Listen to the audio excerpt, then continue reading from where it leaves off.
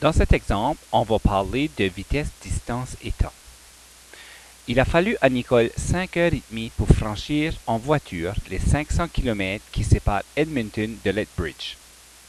Elle a parcouru une partie du trajet à 100 km à l'heure et le reste à 80 km à l'heure. Quelle distance a-t-elle parcouru à chaque vitesse? Donc ici, on a vu qu'on pouvait toujours se construire un petit tableau pour essayer de démêler nos données. Donc, si on fait un petit tableau, et ce tableau ici n'est pas nécessaire, on l'utilise habituellement pour essayer de créer nos équations.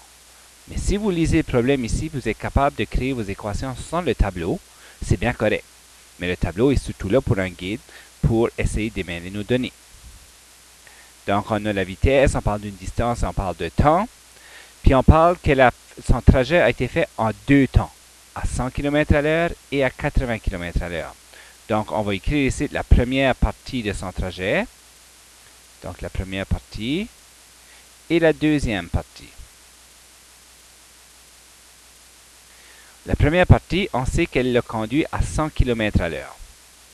Tandis que la deuxième partie, elle l'a conduit à 80 km à l'heure.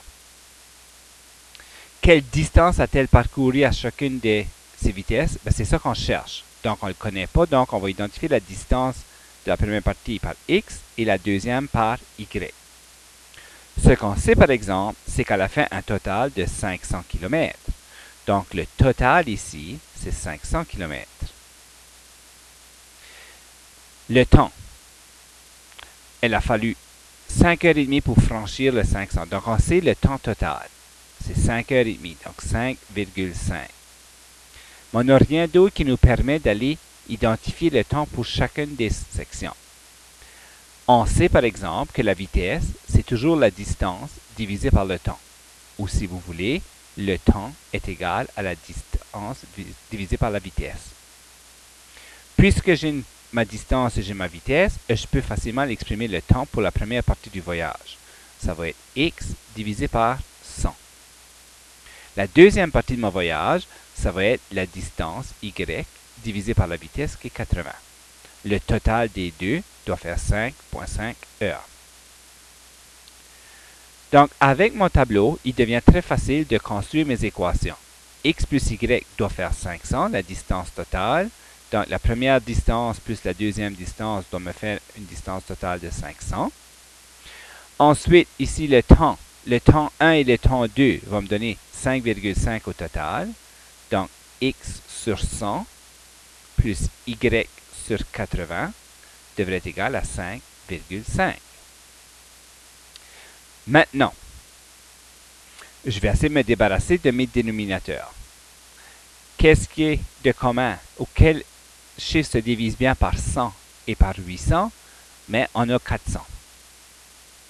Donc, on va aller ici, on va tout multiplier ça par 400. Quand je vais multiplier ici par 400, divisé par 100, il va me rester 4. Quand je vais diviser ici par 400, divisé par 80, il va me rester 5. Donc, je peux soit multiplier tout ça par moins 4 ou par moins 5 pour éliminer soit le x ou le y. Donc, je vais y aller avec le moins 5. Donc, mon système d'équations devient le suivant. On va voir. Moins 5x moins 5y va être égal à moins 2500. Ensuite, on va avoir 4x plus 5y est égal à 2200. Et quand on additionne les deux équations ensemble, on obtient moins x, les y s'éliminent, et on va avoir ici moins 300. Donc, x devrait être égal à 300. Puisqu'on a x plus y égal à 500, on devrait être capable d'écrire que 300 plus y égale 500. On soustrait 300 de chaque côté, donc y sera égal à 200. Donc, Nicole, elle a parcouru 300 km à 100 km à l'heure et elle a parcouru 200 km à 80 km à l'heure. Donc, on va aller écrire ça. Nicole a parcouru 300 km à 100 km à l'heure et 200 km à 80 km à l'heure. Et voilà. Maintenant que vous avez vu les trois exemples, vous pourrez, en salle de classe, travailler la feuille 2 qui va traiter des trois exemples que vous venez de voir, l'exemple 4, l'exemple 5 et l'exemple 6.